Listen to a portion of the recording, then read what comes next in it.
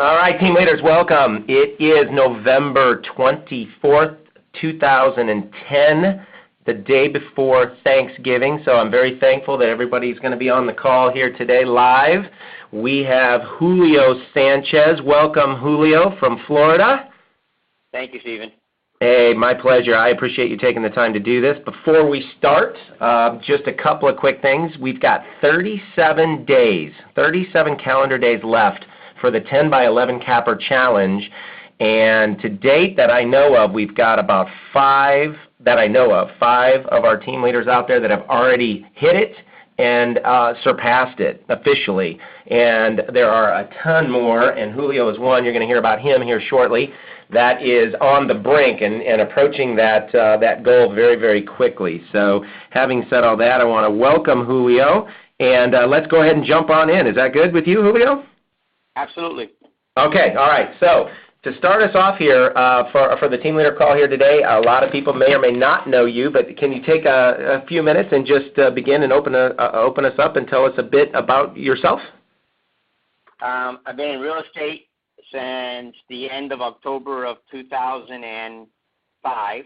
If our market had a peak and that peak had a needle and that needle had a head, I probably started on the backside of that. I was recruited as a team leader directly from RE/MAX, about 800 feet from my front door here. And I've been here now 13 months. So you've been 13 months. So just so I'm clear and everybody's clear, so you started in real estate in 2005, and it sounds like presumably with RE/MAX, and then you've been with Keller Williams for 13 months total then? Do I have that right? Awesome. I was 2 years with a small company, then 2 years with RE/MAX, and then I was recruited over here last October.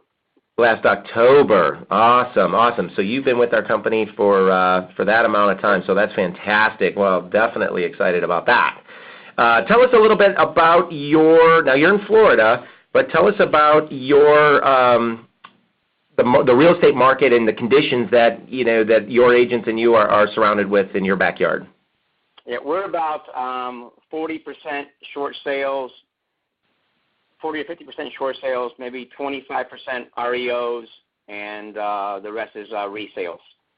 Well, we cover 3 counties from our office, and you go from the waterfront multi-million-dollar homes to your everyday home in Port St. Lucie, 3-bedroom, 2-bathroom, 2-car garage, concrete block, built in 2006 or newer for $80,000.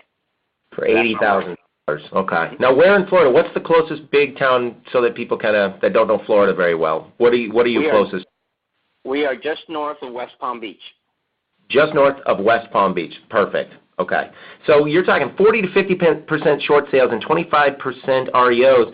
Those statistics are borderline, right in line with like your Las Vegas and Arizona. Absolutely. And the only reason why we don't have higher REOs is because we maintain about 1,500 homes in shadow inventory at any time. Wow. Okay. So that makes a difference. So based on those market conditions, which we all know, I mean, it's no surprise we've all heard of Florida and what's going on. Are you seeing or have seen since the 13 months or so that you've been in? I mean, are you seeing a lot of agents just get out of the business? Julio, are you with me?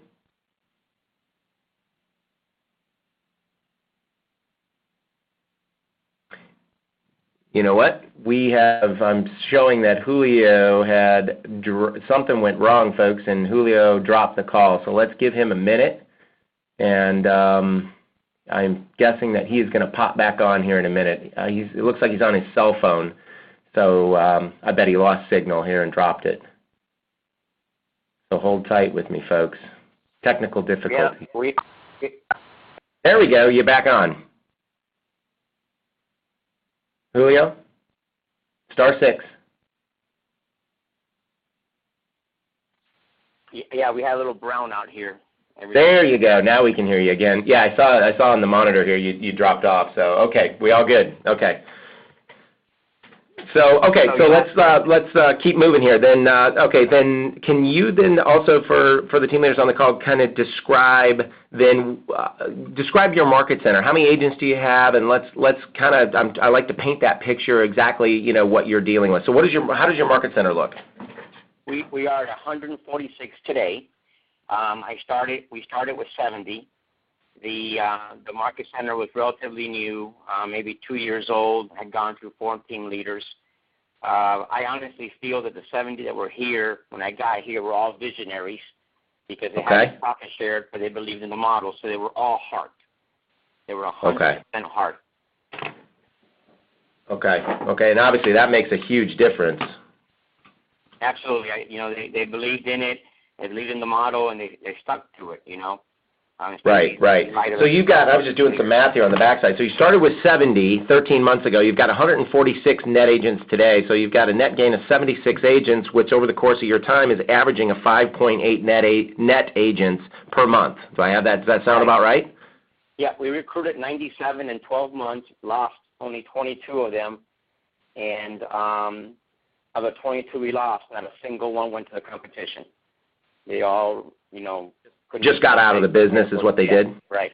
Mm-hmm. All right. Well, that says a lot right there. I mean, nobody likes to lose, and I know these attrition numbers are hard, but the fact that you're in, and that's one of the reasons why I wanted you on this call, because you're in a very, very, when I say difficult market, but that creates obviously a ton of opportunity, and that's clearly what you see, correct? Because you've got almost 6 agents net per month.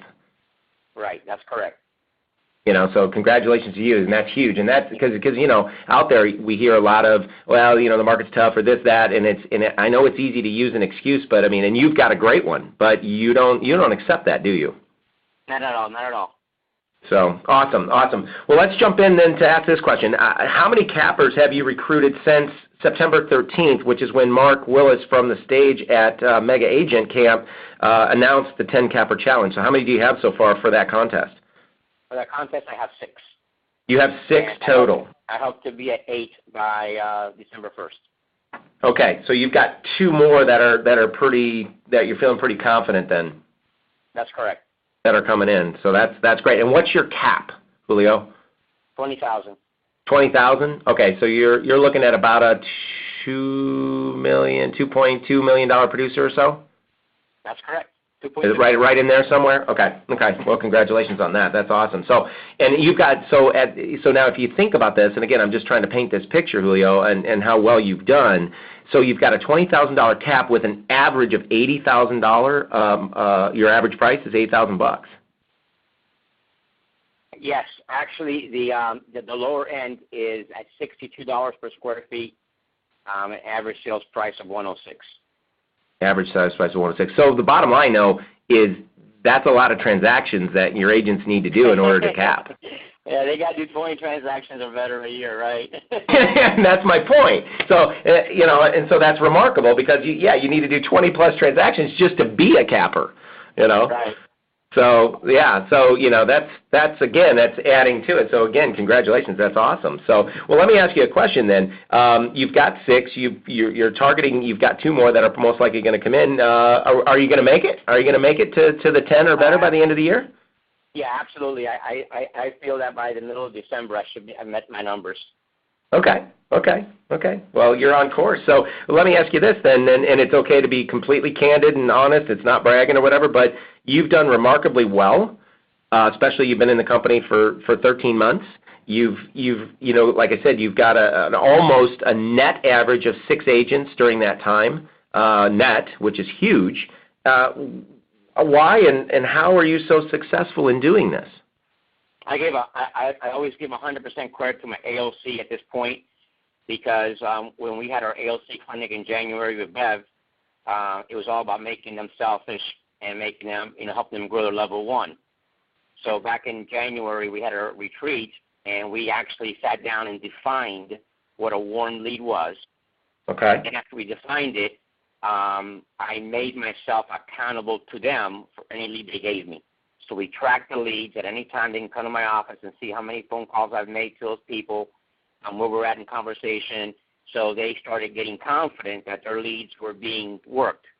And as a matter of fact, what I would do is in the event that I had called one of their leads 2 or 3, 4 times and they hadn't replied, I would have physically print that lead and hand it back to them so they can make it warm again and give it back to me physically, and then, continue with it. So there was a handoff. There was security. They knew that I was accountable to them. And once I had that buy-in, it was easy. So then you segue to the challenge, and I came back. I actually, when I left, when Mark Willis made the challenge, and during that first break, I called in to my MCA to get the ALC together, because at that point I asked them, I said, I need you guys to call 3 cappers that and I don't care if you call the same person by accident, but call 3 cappers and let them know that Gary Keller was just talking about them and that I was going to be giving them a call.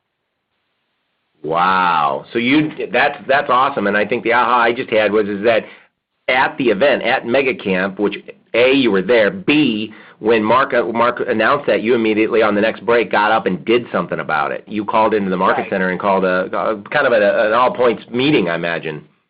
Right. I was hot. I was there. I was pumped. You have that energy going that you can't fake. Yep. And then you get on the phone and you talk to your MCA, and she gets a couple of LC guys in, and and you start getting this thing. And then we send the email blast kind of following up on it, and then everybody starts replying to the email blast. And then, of course, the leads they gave me were their leads, and they're warm, and I'm accountable to them to produce. Awesome. No, that's great. I commend you for that.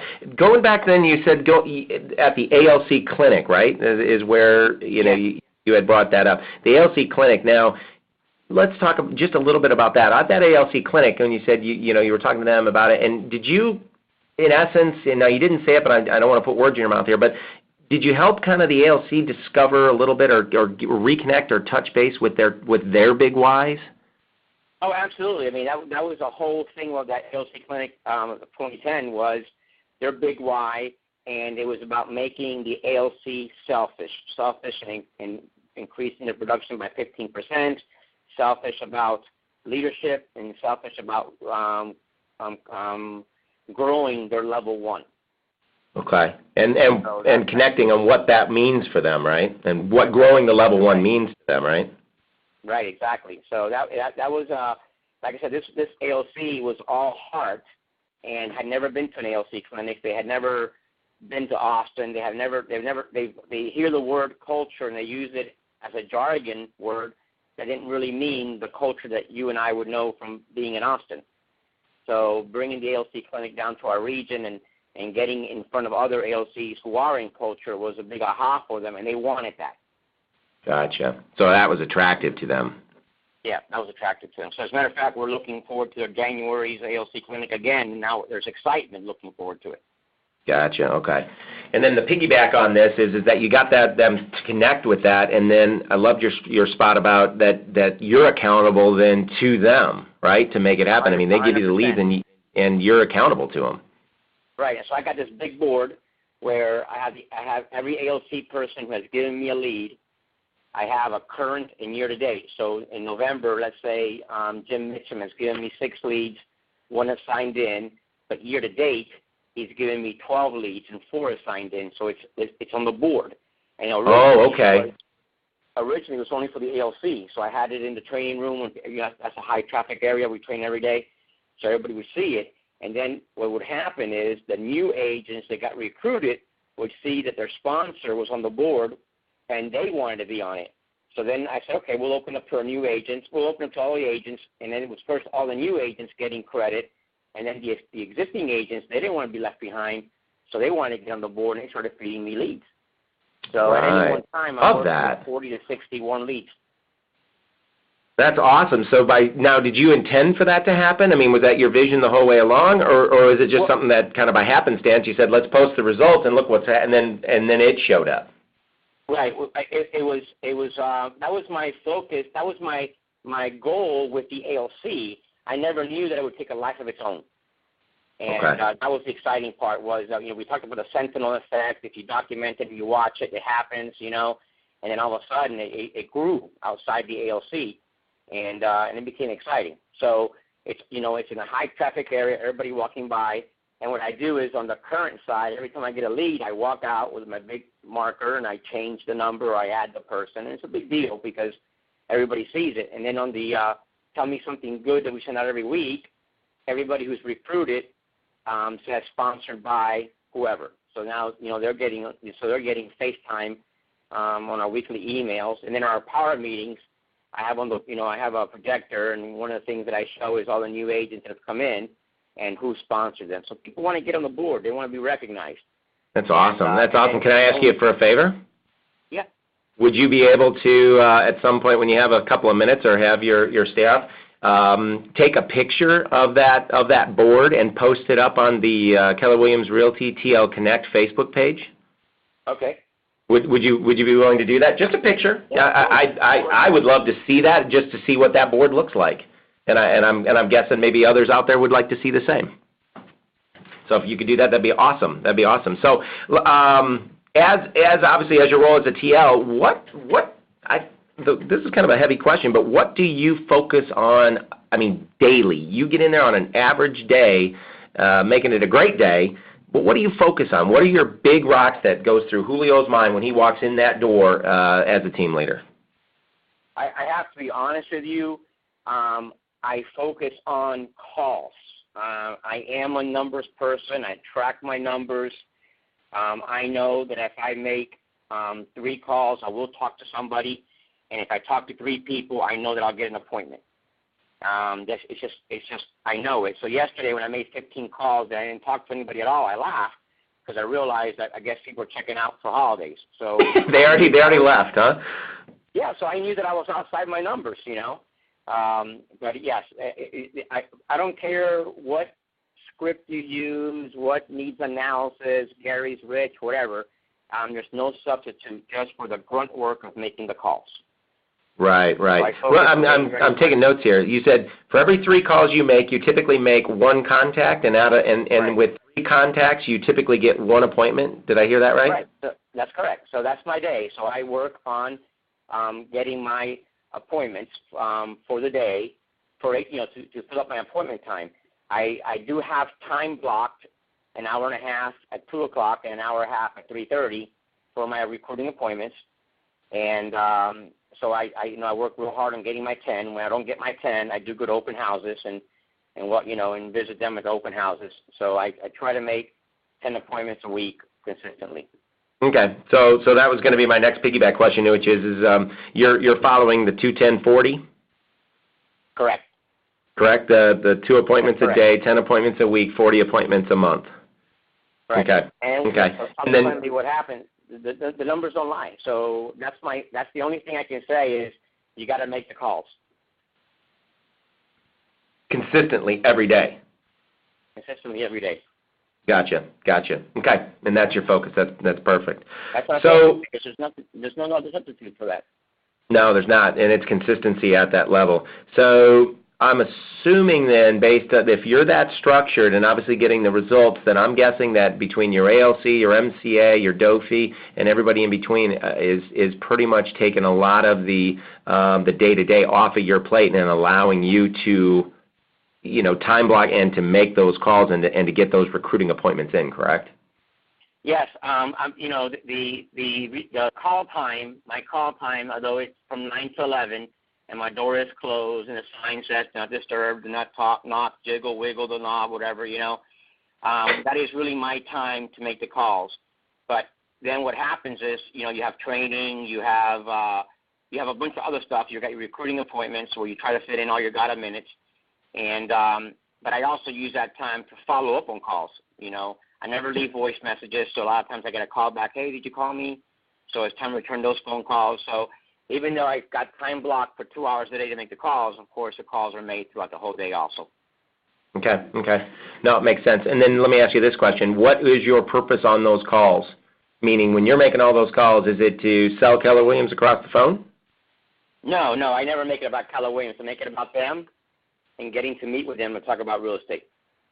Okay. Because the first objection is, it's Keller Williams, I don't want to be recruited, and I promise I'm not going to try to recruit you. I like to meet with talent, and I've been watching your broker metrics, you're meeting your numbers, and I just want to see what your real estate forecast looks like. And then, just like in a listing, when you're trying to get a listing, the idea is to get in front of the seller, get belly to belly, and that way they can see that you have two eyes, no horns, and you're easy to get along with, and then you can take it from there. So really the goal is to get an appointment. To get the appointment, that's it. Get the appointment. Yeah, perfect. That's awesome. So, all right, well, here's kind of the heavy question. So, as I mentioned, there's 37 calendar days, and we got 2 holidays, obviously one tomorrow, and then we've got Christmas coming up, but 37 calendar days left in this year, and also which means that there's 37 calendar days for the 10 by 11 challenge. For all the team leaders that are out there right now on this call, and the ones that are going to download this and listen to this in the next couple of days or so, what is your advice to them, regardless of what position they're in on that contest, whether they've got 1 capper, 5 capper, whatever it is, what is your best advice to them on what they do starting absolutely right now that they may not be doing, but in order to get as many cappers as possible into their market center? Call your LC. Call your LC and tell them that you have 8, 9, 7, 10 more people that you need to cappers you need to recruit before the end of the year. Have them go into their past deals this year, see which one of those are cappers. In those, if they're not sure, you can look it up yourself and they give you a name. But I would go to the LC and I would say, I really need your help on this. It's going to benefit you and it's going to benefit the market center. But I would definitely go to the ALC and make that plea if you haven't done so already. Okay. So I hope everybody heard that. It's leveraging them and it's using those relationships in order to open the door for you. Exactly. Gotcha. Okay. So we're getting to that point where I'm hoping that we have maybe some questions or some ahas that people want to share or ask, and it's *6 to do that. So so while that's people are starting that, let me ask you one question here, and then we're going to open that up. If you don't mind me asking, Julio, what's your vision for your market center going into 2011? Okay, so because of our growth, we've been authorized to open up a market center next door, about 12 miles away in Port St. Lucie, St. Lucie County. And so we've been incubating from here. So I would like to see us go from 146 to about 225 in May. Okay. And that way, so when we split off the 40 or 50 agents that are currently here into St. Lucie, I'm still profitable. I have 20 letters of intent on agents in Port St. Lucie that if we had the address right now, they would make the move. So we're looking at 60. So my initial goal is 225, but by the end of the year, I would like to be a destination company by invitation only. So what does that mean? Tell me what that means. Well, that means that anybody who comes in brand new has X number of months to meet the production or meet a production goal, so we don't become, a recruiting mill, quote unquote. That was the disparaging comment that I took over when I got here. They were at 70 agents, but they lost 60 that year. So that was a lot of disparaging comments in the community about us. So overcoming that, and then being the place people want to go because we're profit sharing. It's real. The evidence is there, and people's business is growing. So at 225, we'll be close to 25% of the board, and that's a significant number to be contended with. 225 is about 25% of your board, so you got almost 1,000 in your board then, right? 900 something, right? Yeah, 900 something in your board. So okay. Yeah. Oh, that's awesome. And you're profitable right now. Your market center is profitable. Yes. When I started in October, we were not profitable. We've been profitable every month since December, and they removed our loss carry forward, and we're just waiting on international to go ahead and finish setting us up for our 21st of the month paycheck. Very nice. Congratulations. That's exciting. That is a huge morale booster, isn't it? Yeah, it is. Everybody here is just waiting with bated breath just to go ahead and get those final things done so we can go ahead and see something on the 21st. Gotcha. Yeah, that's awesome. So, all right, cool. Well, let's open it up. I don't know if there's any questions or not, but definitely, you got Julio Sanchez on the line. You got a very genuine team leader that's been in here. He can help you out. What questions? Anybody got any questions for Julio? Julio, this is Elaine Gustafson in Shawnee, Kansas, and I am just wondering, with your capper recruits, was it necessary to do anything, use any tools like cap management or incentives for them? Great question. We always do cap management. I'm trying to fill in I've got my little maps board on the top there where the green and red dots are at. So, yeah, we always do cash management. We embraced the model at Mega Camp where they said if there are cappers, you can give them up to a year, half cappers, 6 months, whatever that model was, however it was rolled out. We have been doing it for a while already. So the answer is yes. We are disrupting the marketplace here. Remax is 800 feet away from me, and she's been watching me like a hawk. And before she knew it, they opened up a Remax behind her. So now she's fighting on both fronts. So we've disrupted that market center really big.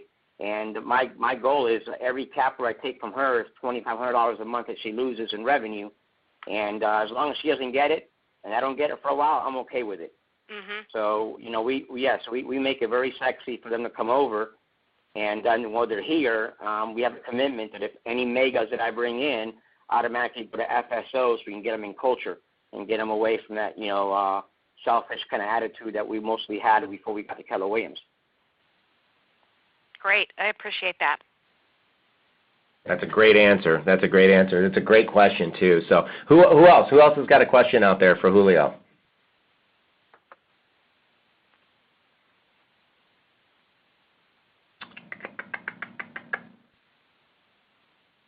I've got a question for you. Okay. Go surprise, right? Family reunion coming up. I know we're focused on this year and whatnot. Do you have any plans for family reunion coming up, or what are your plans with regards to bringing folks in? Yeah, the first part is I'm getting 100% commitment from my ALC to attend, or they're not going to be on the ALC. So we took that stand last year. It was a little late for family reunion, so we gave them mega camp, and those that didn't go to mega camp, they were dropped off the ALC. So they know that we're holding ourselves to the covenant. So Very the answer nice. is they have to commit to family reunion, or they're not going to be in the LC. The second part is that, and that would be a huge one for me because I would have gone from 2 people going to family reunion last year to 10. So that's a big morale, big thing here for the market center. If I can get 10 people to come back and do a mastermind about family reunion in our market center, that'll be awesome. And then number 2 is that I do want to take 1 guest per ALC. So that's 11 guests. So okay, 11 guests. Okay, now when you say that, how does that look? Are you paying for it, or are you going to have them do it, or what's your thoughts on that? What we do is we have them pay for the airfare, but we reimburse it after they go, because that way they don't cancel on me at the last minute. So they pay for the airfare, they get reimbursed, but we do pay for their. Well, I have the VIP pass, so it's half off, and we do pay for their hotels. They're on their own for their meals. Okay. So that part of it, logistically, it works out that way. Operationally, the way it works out is all the cappers I'm talking to now that are not joining us by the end of the year are the ones that I'm going to try to swing into, bring them to family reunion kind of mode. Gotcha. Okay. So you're already beginning to work on them? When I say work on them, you know what I mean, but you're already starting to talk to them about family reunion coming up? Oh, yes. I mentioned family reunion.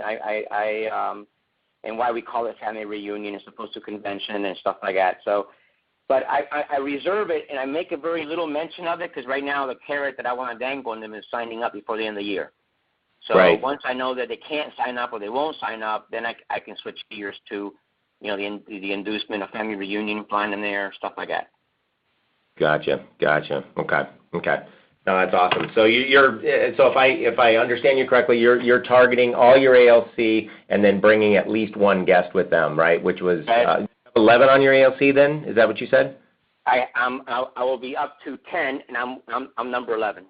Okay, and number 11. Okay, excellent. Well, I know I put you on the spot on that, but I think it's important that everybody knows that it's not too early to start to be thinking about this stuff and actually putting plans together. It's a fine line trying to figure out when you start switching into inviting them to Mega or inviting them to. I think this is the time.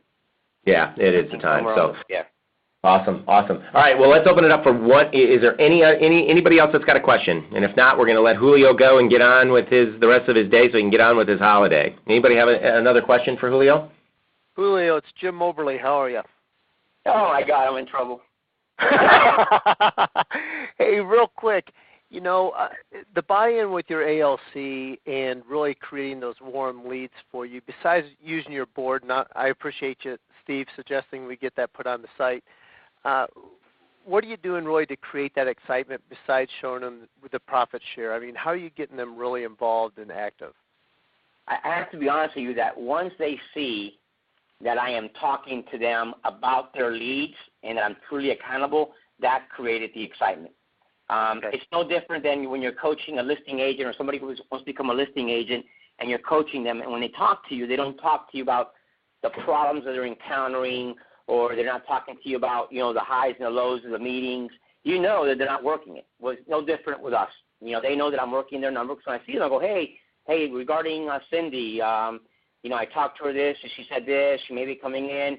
So I'm constantly, every time I see the ALC member, I try to talk to them about one of the leads they've given me, and that encourages them to give me another lead. So the communication, just keep it strong with them. Yeah, absolutely, because that way they know that I'm working it. Right. So the idea that they know it's just not going into a black hole somewhere of maybes. It's actually being worked out because I'm talking to them about it, and I ask them the hard question. I always ask them, you know, how are they doing, and what can I do to make it better? And they know that I'm there. Fantastic. Well, we appreciate your time. Thanks, Tim. Awesome question, and I think Julio, you know, the piggyback on that is, I think, you know, when you do spend the time to with your ALC to go through that and to bring that to the surface, I think just inherently it shows them that you do care about them and their welfare. Otherwise, you wouldn't even be bringing it up. Exactly, and that was it. Not that anybody before me did anything different. I mean, they didn't care. It's just they weren't getting feedback. And once you start getting feedback, and then you find out things like, oh yeah, her dog died of 15 years, and you know this. So now I know the next time I call back, like, hey, is everything okay? You know, I know when an animal passes, you know, can hurt as much as a person. You know, so you have that your relationship building. You know, and you're getting information. You're out there getting intelligence on how to use it correctly when you talk to these people again. Exactly. No, it's perfect, you know, and it matters, you know, because as they say, invest in the people first, and the rest of it, you know, falls into play. Exactly. I have this one capper in Prudential. This guy, he's hot. He's hot right now. I think that in the last 3 months alone, he's closed on $2 million in volume. I am the only person on Facebook congratulating him every single time.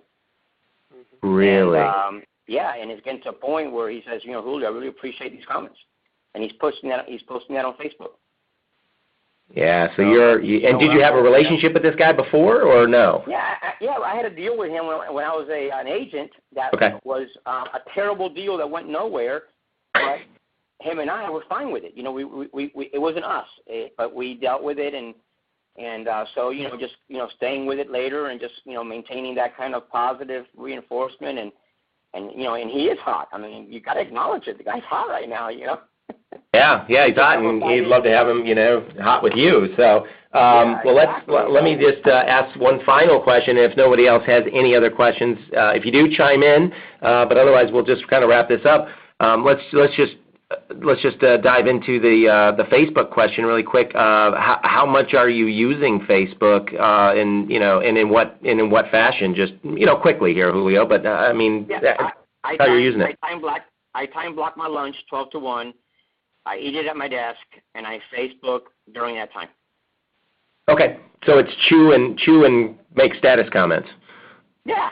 I have it time blocked, you know. So, I mean, it was a point and click and a couple comments. It doesn't really upset your stomach or anything, you know.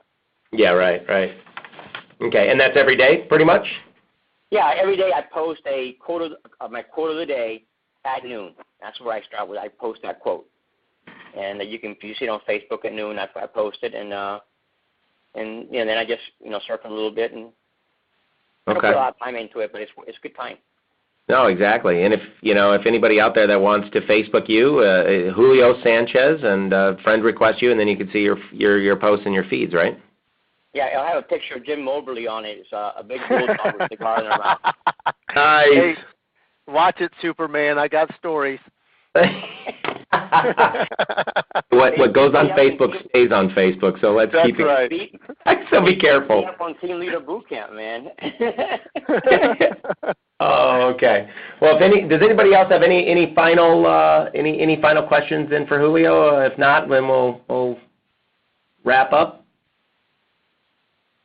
I think we're probably in the clear, Julio. So, anything final you'd like to mention? Any parting thoughts or anything for the team leaders on the call, Julio? Yeah, there's no substitute for making calls. No substitute for making calls. Just get in and do it. Time block. I love what you said. You can send letters. You can do everything you want to, but you got to make the calls. That's the only thing that really wins. That's it. No, and I love that. And clearly, you got to know your numbers, and you got to time block just like what you said, and you put those couple of things together, and you get disciplined real fast. So, well, Julio, man, I really appreciate your time. I speak for everybody that, I know bordering right against a holiday. I appreciate you taking that time and to share your wisdom and your thoughts. You've done marvelous. I can't elevate you enough. I mean, I talk to a lot of people, and I know that your numbers are speaking for themselves. So if there's anything, we can do here to help you get your 2 by December 1st and then your remaining 2 or more before the end of the year, you let me know. You got my number. You let me know how I can help you. I appreciate that so much. All right. And you have a good holiday. Happy Thanksgiving to everybody, and we will chat next week. Thanks, everybody. Thank Happy you. Thanksgiving. You too.